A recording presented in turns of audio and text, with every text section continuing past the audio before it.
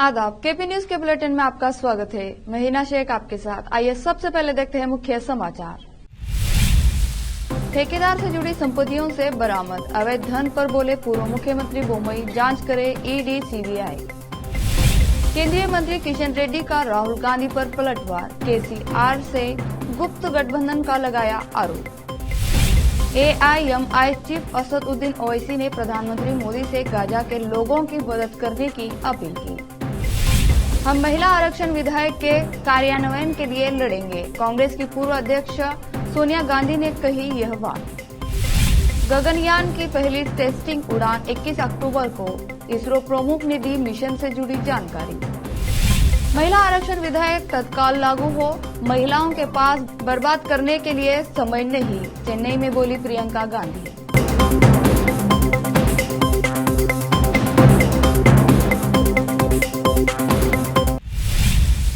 अब समाचार विस्तार से। भाजपा नेता बसवराज बोम्मई ने शनिवार को कांग्रेस सरकार और कुछ ठेकेदारों पर मिलकर राज्य को लूटने का आरोप लगाया और आयकर विभाग की तलाशी के दौरान बरामद अवैध धन की ईडी और सीबीआई जांच की मांग की। पूर्व मुख्यमंत्री बोम्मई की सरकार पर ठेकेदारों ने उनसे 40% कमीशन लेने का आरोप लगाया था। अब वह ठेकेदार संघ को कांग्रेस सरकार का कमीशन संग्रह केंद्र करार दे रहे हैं। सूत्रों ने बताया कि आयकर अधिकारियों ने कुछ ठेकेदारों की संपत्तियों की तलाशी ली, जहां उन्होंने शहर के एक ठेकेदार से जुड़ी संपत्तियों में कई बक्सों में छिपा कर रखा गया भारी मात्रा में धन बरामद किया। जब्ती का जिक्र करते हुए बोम्मई ने आरोप लगाया कि नई सरकार के सत्ता में आने के बाद से अधिकारियों के तबादले सहित हर चीज में भ्रष्टाचार हुआ है। उन्होंने कांग्रेस सरकार पर कर्नाटक को लूटने का आरोप लगाया। उन्होंने सरकार कहा कि वह 5 राज्यों के आगामी चुनावों के लिए धन मुहैया कराने के लिए कांग्रेस पार्टी का एटीएम बन गई है।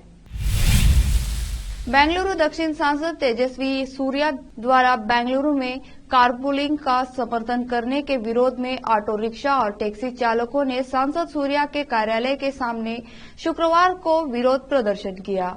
सांसद ने हाल ही में मुख्यमंत्री को पत्र लिखकर राज्य सरकार से कारपूलिंग की सुविधा के लिए नियमों में बदलाव लाने को कहा, जिससे यातायात को कम करने में मदद मिले। हालांकि सूर्या का रुख टैक्सी और ऑटो यूनियनों को पसंद नहीं आया है।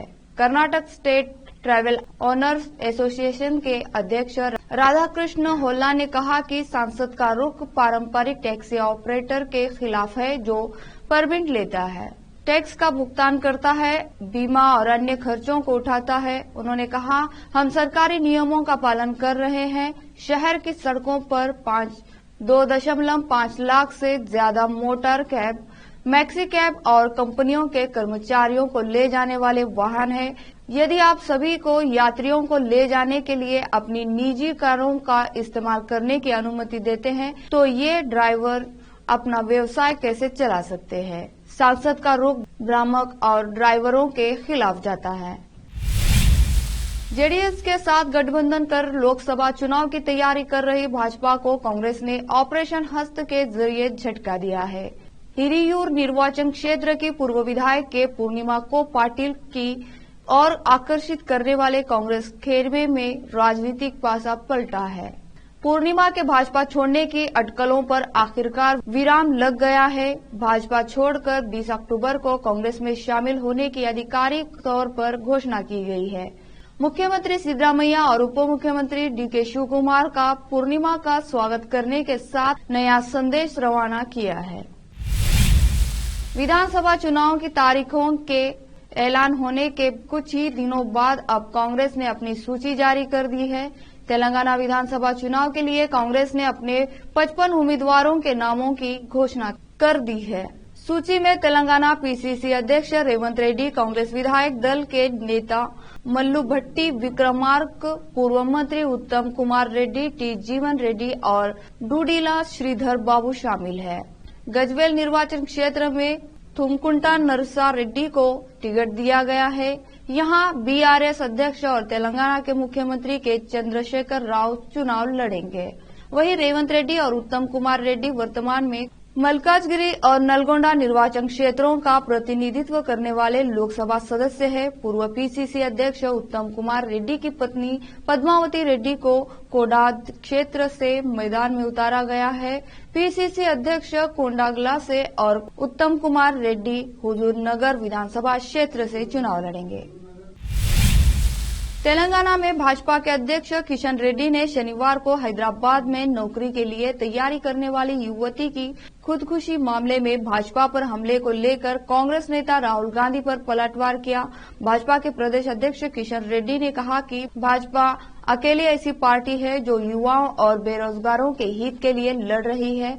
उन्होंने एक्स पर एक पोस्ट में कहा, हमेशा की तरह राहुल गांधी जी जो कि भ्रमित और अनजान है, वह केसीआर के साथ अपनी गुप्त गठबंधन को बचाने के लिए ध्यान भटकाने और इस मुद्दे की गंभीरता को कम करने के लिए भाजपा को इसमें घसीट रहे हैं। अब लेते हैं छोटा सा ब्रेक।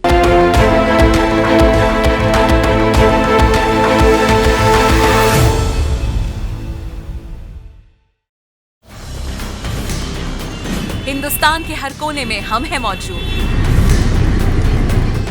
24 घंटे हालात पर गहरी नजर, खबरों से जुड़े चुपते सवालात और आपको दिखाता है धार्मिक, सामाजिक, राजनीतिक, लोकल और इंटरनेशनल न्यूज की सबसे बेहतर कवरेज जो आपको रखती है हर पल बाखबर। देश और दुनिया भर की खबर के लिए देखते रहें KP news 24/7।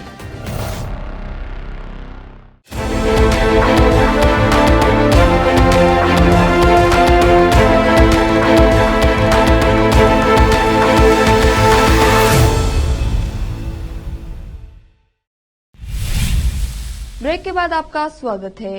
AIM chief Asad Uddin Owaisi ने इजराइल के प्रधानमंत्री बेंजामिन नेतन्याहू को शैतान बताया है। इसके साथ ही उन्होंने कल प्रधानमंत्री नरेंद्र मोदी से गाजा के लोगों के साथ एकजुटता दिखाने का आग्रह किया, जिसमें दोनों पक्षों के हजारों लोग मारे गए हैं। उन्होंने कहा, मैं फिलिस्तीनियों के खिलाफ हो रहे अत्याचारों को रोकने के लिए प्रधानमंत्री से अपील करना चाहता हूं। फिलिस्तीनी सिर्फ मुसलमानों का मामला नहीं है, यह एक मानवीय मुद्दा है। कांग्रेस की पूर्व अध्यक्ष सोनिया गांधी ने शनिवार को कहा कि विपक्षी गठबंधन इंडिया संसद में हाल ही में पारित महिला आरक्षण विधेयक को लागू करने के लिए संघर्ष करेगा।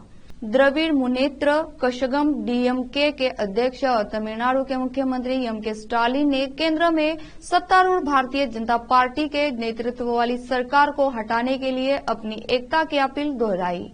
उन्होंने विधायी निकायों में महिलाओं के आरक्षण में अन्य पिछड़ा वर्ग, ओबीसी और अल्पसंख्यकों के लिए आंतरिक आरक्षण का समर्थन करते हुए भाजपा पर साजिश करने का आरोप लगाया।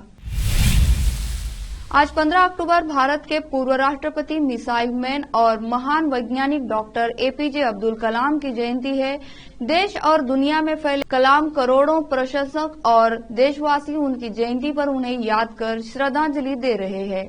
डॉक्टर एपीजे अब्दुल कलाम की जयंती के अवसर पर भारत 15 अक्टूबर को विश्व छात्र दिवस मनाता है। डॉक्टर कलाम भारत के 11वें राष्ट्रपति थे। उन्होंने 2002 से 2007 तक राष्ट्रपति के रूप में कार्य किया था। पूर्व राष्ट्रपति कलाम ने हमेशा छात्रों को बड़े सपने देखने और सफलता से कभी न डरने के लिए प्रोत्साहित किया। पूर्व राष्ट्रपति कलाम ने हमेशा छात्रों को बड़े सपने देखने और असफलता से कभी न डरने के लिए प्रोत्साहित किया। वो कहते थे, सपने वे नहीं होते जो रात में सोते समय नींद में आए, बल्कि सपने वे होते हैं जो रात में सोने ही ना दे। अब्दुल कलाम का पूरा नाम अबुल फकीर जैनुलाब्दीन अब्दुल कलाम है। उनका जन्म 15 अक्टूबर 1931 को पंबन द्वीप पर तीर्थस्थल रामेश्वरम में एक तमिल मुस्लिम परिवार में हुआ था। यह स्थान पहले मद्रास प्रेसिडेंसी के अंतर्गत आता था, जो कि अब तमिलनाडु राज्य में है। कांग्रेस महासचिव प्रियंका गांधी ने तमिलनाडु की राजधानी चेन्नई में डीएमके के महिला अधिकारी सम्मेलन को संबोधित करते हुए कहा कि मैं महिला आरक्षण विधेयक को तत्काल लागू करने की मांग करती हूं। उन्होंने कहा कि भारतीय महिलाओं के पास अब समय बर्बाद करने का वक्त नहीं है। उन्होंने तमिलनाडु में अपने पिता और पूर्व प्रधानमंत्री राजीव गांधी की हत्या का भी जिक्र किया और बताया कि वह कितना दुखी करने वाला पल था।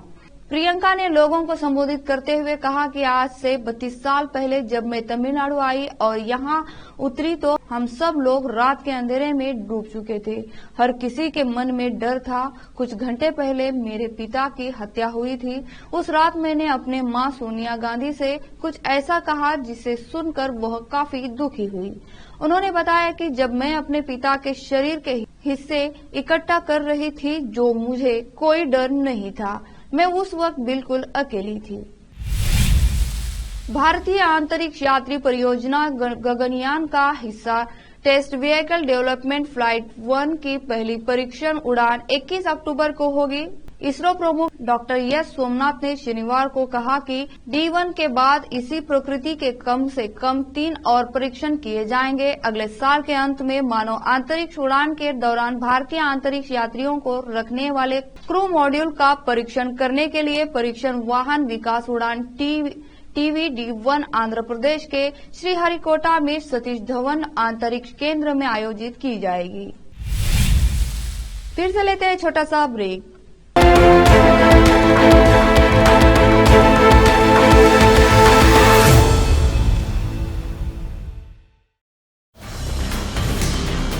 हिंदुस्तान के हर कोने में हम हैं मौजूद। 24 घंटे हालात पर गहरी नजर, खबरों से जुड़े चुपते सवालात और आपको दिखाता है धार्मिक, सामाजिक, राजनीतिक, लोकल और इंटरनेशनल न्यूज की सबसे बेहतर कवरेज जो आपको रखती है हर पल बाखबर। देश और दुनिया भर की खबर के लिए देखते रहें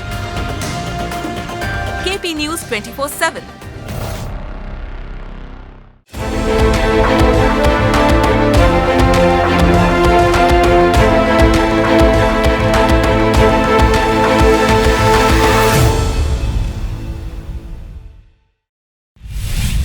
ब्रेक के बाद आपका स्वागत है। इजराइल हमास संघर्ष के बीच इजराइल छोड़ने के इच्छुक 197 भारतीय नागरिकों का तीसरा जत्था शनिवार को एक विशेष उड़ान से स्वदेश पहुंचा। केंद्रीय मंत्री कौशल किशोर ने इजराइल से निकाले गए भारतीय नागरिकों का दिल्ली में हवाई अड्डे पर स्वागत किया। भारतीय नागरिकों का यह जत्था भारतीय समयानुसार रात 8:10 इजराइल से रवाना हुआ था। यह भारतीय यात्री रात में करीब 2 बजे दिल्ली पहुंचे। रिपोर्ट के अनुसार ऑपरेशन अजय के तहत विशेष उड़ानें उन भारतीय नागरिकों की वापसी की सुविधा के लिए 12 अक्टूबर को शुरू की गई जो गाजा से हमास आतंकवादियों द्वारा इजरायली शहरों पर किए गए भीषण हमलों के बाद पैदा हुए हालात के मद्देनजर स्वदेश लौटना चाहते हैं। इन हमलों के कारण क्षेत्र में काफी तनाव पैदा हो गया है। अजय देवगन की must awaited film Singham again की लीड एक्टर्स फाइनल हो गई है। फिल्म में दीपिका पादुकोण लीड एक्टर्स के तौर पर दिखाई देने वाली है।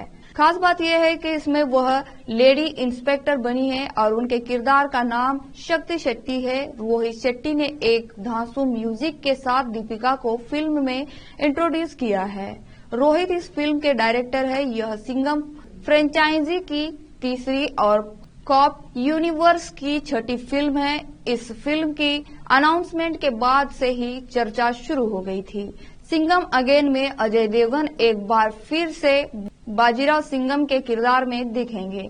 वहीं कई दिनों से फिल्म में करीना कपूर के होने के कयास लगाए जा रहे थे, लेकिन रोहित शेट्टी ने इस मोशन पोस्टर के साथ साफ कर दिया कि फिल्म में कोई और नहीं बल्कि दीपिका पादुकोण होगी, वो भी पुलिस ऑफिसर के किरदार में। आखिर में फिर से देखते हैं मुख्य समाचार। ठेकेदार से जुड़ी संपत्तियों से बरामद अवैध धन पर बोले पूर्व मुख्यमंत्री बोम्मई, जांच करे ईडी सीबीआई। केंद्रीय मंत्री किशन रेड्डी का राहुल गांधी पर पलटवार, केसीआर से गुप्त गठबंधन का लगाया आरोप। AIMI चीफ असदुद्दीन ओवैसी ने प्रधानमंत्री मोदी से गाजा के लोगों की मदद करने की अपील की। हम महिला आरक्षण विधेयक के कार्यान्वयन के लिए लड़ेंगे, कांग्रेस की पूर्व अध्यक्ष सोनिया गांधी ने कही यह बात। गगनयान की पहली टेस्टिंग उड़ान 21 अक्टूबर को, इसरो प्रमुख ने दी मिशन से जुड़ी जानकारी। महिला आरक्षण विधेयक तत्काल लागू हो, महिलाओं के पास बर्बाद करने के लिए समय नहीं, चेन्नई में बोली प्रियंका गांधी।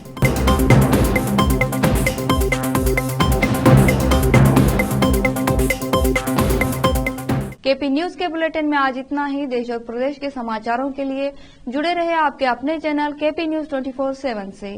धन्यवाद।